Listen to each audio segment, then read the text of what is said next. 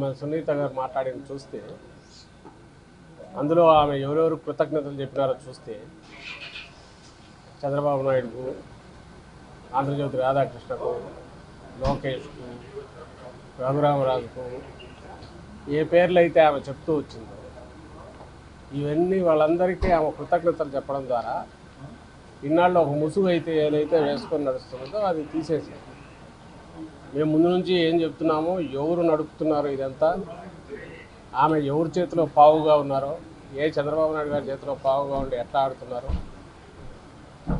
అదంతా నిజమని చెప్పి ఆమె ఈరోజు వాళ్ళకి థ్యాంక్స్ చెప్పడం ద్వారా, అలాగే జగన్మోహన్ రెడ్డి గారి మీద విషం కక్కడం ద్వారా, అవినాష్ గారి మీద జగన్మోహన్ రెడ్డి గారి మీద విషం కక్కడం ద్వారా తను ఎవరికి ప్రాతినిధ్యం వహిస్తున్నారో, ఎవరు ప్రతినిధిగా మాట్లాడుతున్నారో, ఎవరు ప్రతినిధిగా ఇన్నాళ్ళు తప్పుడు ఇవి చేసుకుంటూ కేసు బిల్డ్ చేస్తూ ప్రయత్నం చేస్తూ అదంతా ఈరోజు బయటపడి, ఇంకా అంతకంటే వేరే ఆధారం ఏం కావాలి? ఆమె దానికి మాట్లాడిన వాటిలో ఎలాంటి వాస్తవం లేదనడానికి, అవన్నీ చంద్రబాబు పలికించే చిలక పలుకులు అనడానికి ఇంతకంటే ఏం ఆధారం కావాలి? కాబట్టి దాని మీద పెద్ద మాట్లాడాల్సింది. అది ఆమె సమాధానం చెప్పాలి. 2-3 వాస్తవాలు ఉన్నాయి. ఆమె దాంట్లోనే ఇంకో పాయింట్ ఏదో ఉంది. మన తండ్రి ఎమ్మెల్సీగా ఓడిపోవడానికి కారణం ఏంటి, దానికి వీళ్ళే కారణమని ఆమె ఈరోజు. ఆ రోజు 2017లో ఎమ్మెల్సీ ఎలక్షన్ జరిగినప్పుడు దాదాపు 160 పైగా ఓట్లు ఎక్కువ వైఎస్ఆర్సీపీకి ఉన్నాయి. అంటే సాలిడ్గా కడప జిల్లా స్థానిక సంస్థల కోటా కింద వైఎస్ వివేకానందరెడ్డి గారు కంపింగ్ మెజారిటీతో గెలవడానికి కావాల్సినంత మెజారిటీ ఓట్లు పార్టీకి ఉన్నాయి. అందుకోసమే జగన్మోహన్ రెడ్డి గారు తన చిన్నాన్నను దానికి పోటీ దించారు. ఓడిపోయే సీటు చంద్రబాబు నాయుడు లాగా పెట్టలే. మా సీటు ఏదైందో దానికి తన చిన్నాన్న గారిని పెట్టారు. ఏ చిన్నాన్న గారిని? ఎవరైతే జగన్మోహన్ రెడ్డి గారి తండ్రి చనిపోయిన తర్వాత రాజశేఖర రెడ్డి గారు చనిపోగానే అటువైపు వెళ్ళి జగన్మోహన్ రెడ్డి గారిని రాజకీయంగా అంతు చూడాలని పోటీకి దిగారు వివేకానంద రెడ్డి గారు. జగన్మోహన్ రెడ్డి గారి తల్లి గారి మీద, విజయమ్మ గారి మీద ఆయనను దగ్గరికి తీసుకొని ఆయన అలాగే వచ్చి కలిసిపోయారు పార్టీలో. అన్నీ అంతకుముందు ఏమేం చేశారో అవన్నీ పొరపాటు అని గ్రహించారు, ఓపెన్గా చెప్పారు, వచ్చేశారు. అంతే ఇదిగా దగ్గరగా ఈయన తీసుకున్నారు. ఆయన అడగకుండానే ఆయన ఎమ్మెల్సీగా పోటీ పెట్టారు. ఆయన గెలిచి ఉండాలి సునాయాసంగా 160 ఓట్ల మెజారిటీతో, పైచిలుకు ఓట్ల మెజారిటీ. అలాంటి వ్యక్తి మీద పోటీ చేసింది టీడీపీ నుంచి ఎవరు? ఈరోజు ఎవరైతే వీళ్ళు థ్యాంక్స్ చెప్తున్నారో ఆ ముఠాకు చెందిన బీటెక్ రవి. అతను గెలిచి తన తండ్రి ఓడిపోయినందుకు కుట్ర అంటూ పన్నితే ఎవరు పని ఉండాలి? బీటెక్ రవి కానీ, లేకుంటే అప్పుడు మా దగ్గర నుంచి ఫిరాయించి అవతల ఉండి మంత్రిగా ఉన్న ఆదినారాయణ రెడ్డి కానీ చేశారు. వాళ్ళను సహజంగానే వాళ్ళకు అవకాశం ఎక్కువ ఉంది వివేకానంద రెడ్డి మీద ఏదన్నా ఇది ఉండడానికి. వివేకానంద రెడ్డి గారి కోపం ఉంటే వాళ్ళ మీద ఉంది. అందుకోసమే ఆయన ఎన్నికల్లో 2019 ఎన్నికల్లో అవినాష్ రెడ్డి గారి తరఫున అవిశ్రాంతంగా ప్రచారం చేస్తున్నారు. ఓ పార్టీ సీనియర్ నాయకుడు ఎట్టున్నారో అది చేస్తున్నారు. అలాంటి వ్యక్తి మీద ఎవరైతే హత్య కారణమై ఉండడానికి అవకాశం ఉందో బీటెక్ రవి కానీ, ఆ పార్టీకి చెందిన ఎవరైతే ఓడించిన చంద్రబాబు కానీ వాళ్ళకు అవకాశం ఉందో, వాళ్ళు కాదు ఇంట్లో వాళ్ళే అని ఈమె సంవత్సరం తర్వాతలో ఎప్పుడో ప్లేట్ ఫిరాయించి వాళ్లతోనే జట్టు కట్టి ఇన్నాళ్ళుగా యుద్ధం చేస్తూ ఈరోజు వాళ్ళకు థ్యాంక్స్ చెప్తూ ఓటు వేయద్దని ఒక పొలిటికల్ నినాదం కూడా తీసుకోవడంలోనే ముందు నుంచి ఎలాగ కుట్రపూరితంగా జరుగుతూ వచ్చిందో అక్కడే అర్థమవుతుంది. రెండవది, కేసు ఆ రోజు మర్డర్ జరిగింది మార్చి 15 అనుకుంటా, నాకు గుర్తుంది. తర్వాత మే 30 వరకు కూడా ఆ ప్రభుత్వమే ఉంది. ఆమె మాటల్లోనే ఉంది హత్య కేసు జనరల్గా వారం రోజుల్లో తేలిపోతుంది. మరి ఎందుకు తేల్చాలి చంద్రబాబు నాయుడు? ఈమె మిత్రుడే కదా, ఎవరికైతే థ్యాంక్స్ చెప్తుందో ఆయనే కదా ఆ రోజు అధికారంలో ఉన్నది. ఆ రోజు అధికారంలో ఉన్న చంద్రబాబు నాయుడు ప్రభుత్వము తర్వాత ఏప్రిల్ మే అంటే దాదాపు 2-2.5 నెలలు ఆ ప్రభుత్వమే ఉన్నప్పుడు ఆలోగా ఇన్వెస్టిగేషన్ పూర్తి చేసి ఎందుకు కేసును ఒక లాజికల్ ఎందుకు పుష్ చేయలేదు, కన్క్లూడ్ చేయలేకపోయింది? దానికి ఆన్సర్ ఇవ్వాల్సిన చంద్రబాబు నాయుడు, అడగాల్సింది ఆమె. తలా తోక లేకుండా తల చెడిపోయి ఏం మాట్లాడుతున్నామో తెలియకుండా మాట్లాడుతున్నదైతే కాదు. ఈరోజు పూర్తిగా ఒక రాజకీయ కుట్రతో ఆమె అక్కడికి వెళ్ళి ఢిల్లీలో ప్రెస్ కాన్ఫరెన్స్ పెట్టారని అర్థమవుతుంది. ఎన్నికలు దగ్గరకు వస్తున్నాయి కాబట్టి చంద్రబాబు నాయుడు ఉసిగొల్పి ఇంకొకరితో ఇలాంటివి మాట్లాడించడం, ఆయన ఆస్త్రాలన్నీ ఓటౌట్ తీసుకుని ఏ రకంగా ఇచ్చేస్తున్నారు, ఇది ఒక ఉదాహరణ మాత్రమే అవుతుంది. ఎన్నికల్లో పోటీ కూడా చేస్తున్నారు. వైసీపీ అభ్యర్థులంతా స్మగ్లర్లు గోండాలు ఉన్నారని చెప్పేసి చంద్రబాబు నాయుడు ఆరోపిస్తున్నారు. వైసీపీ అభ్యర్థులంతా కూడా స్మగ్లర్లు గోండాలు అని ఆయన జగన్మోహన్ రెడ్డి గారిని అంటున్నారు. ఆ తర్వాత వైఎస్ఆర్సీపీ మరి వాళ్ళల్లోనే బయటకు పోయిన వాళ్ళని తీసుకుంటున్నారు. మరి వాళ్ళంతా గుండాలు వాళ్ళు అయితే వాళ్ళు పోగానే బయటకు పోగానే స్వచ్ఛమైన వాళ్ళు అయినారేమో ఆయనే చెప్పాలి, లేదా జనసేనలో తీసుకుంటున్న వాళ్ళు చెప్పాలి. ఎలక్షన్లు వస్తున్నాయి, ఎన్నికలు వచ్చినప్పుడు ప్రజలకు ఏం చేస్తామో లేదా ప్రజలకు మేమేం చేయలేకపోయామో ఎత్తి చూపి వాళ్ళేం చేయగలరో చెప్పిపోవాల్సింది, అది వదిలేసి అసలు ఊరిక తిట్లు బూతులు తప్ప ఏం లేకుండా మాట్లాడేవాళ్ళం. వాటి గురించి మీరు అడగడం నేను సమాధానం ఏం చెప్తాను. సునీత కూడా ఎన్నికల్లో పోటీ చేసుకున్న ప్రచారం వస్తుంది. మంచిదే కదా. ఇప్పుడు పొలిటికల్ సైడ్ తీసుకున్నాక ఎన్నికలకు 40-50 రోజుల ముందు ఆమె బయటకు వచ్చి ఒక స్టాండ్ తీసుకొని సిబిఐ కోర్టుల మీద అన్నిటి మీద ఇచ్చేస్తూ ఈరోజు ఎన్నికల్లో కూడా పోటీ చేయాలంటే చేయడం మంచిదే కదా.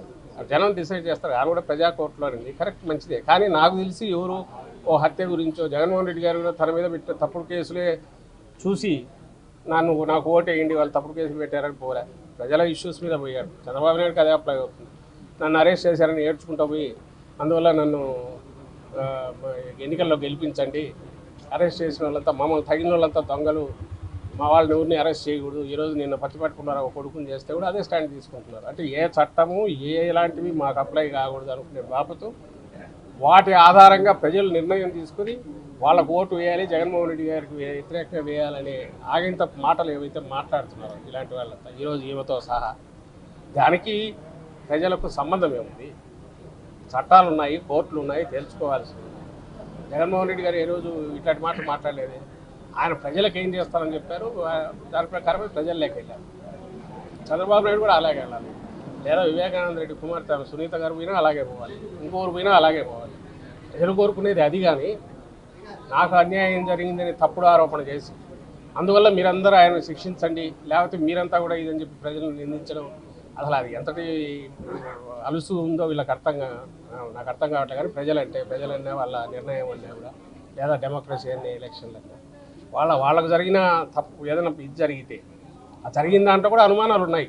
ఎవరెవరు రోలు ఉన్నాయంటే వాళ్ళ కుటుంబ సభ్యుల రోలు కూడా ఉందేమో అనుమానం ఉంది అందరికీ.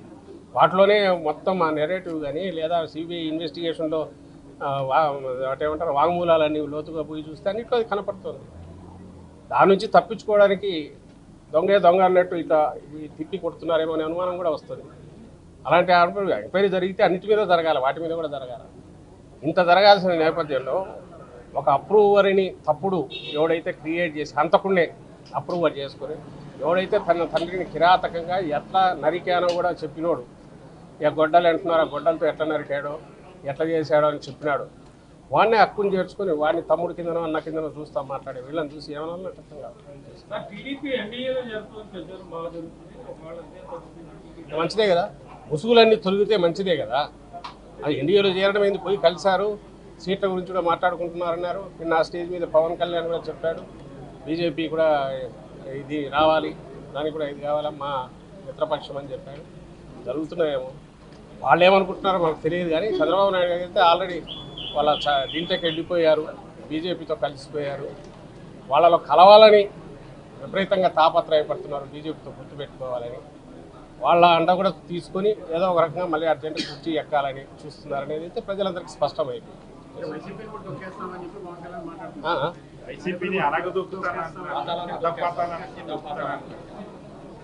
అదేదో సినిమాలో ఉంది, భాష ఒకసారి చెప్తే 100 సార్లు అన్నాడు.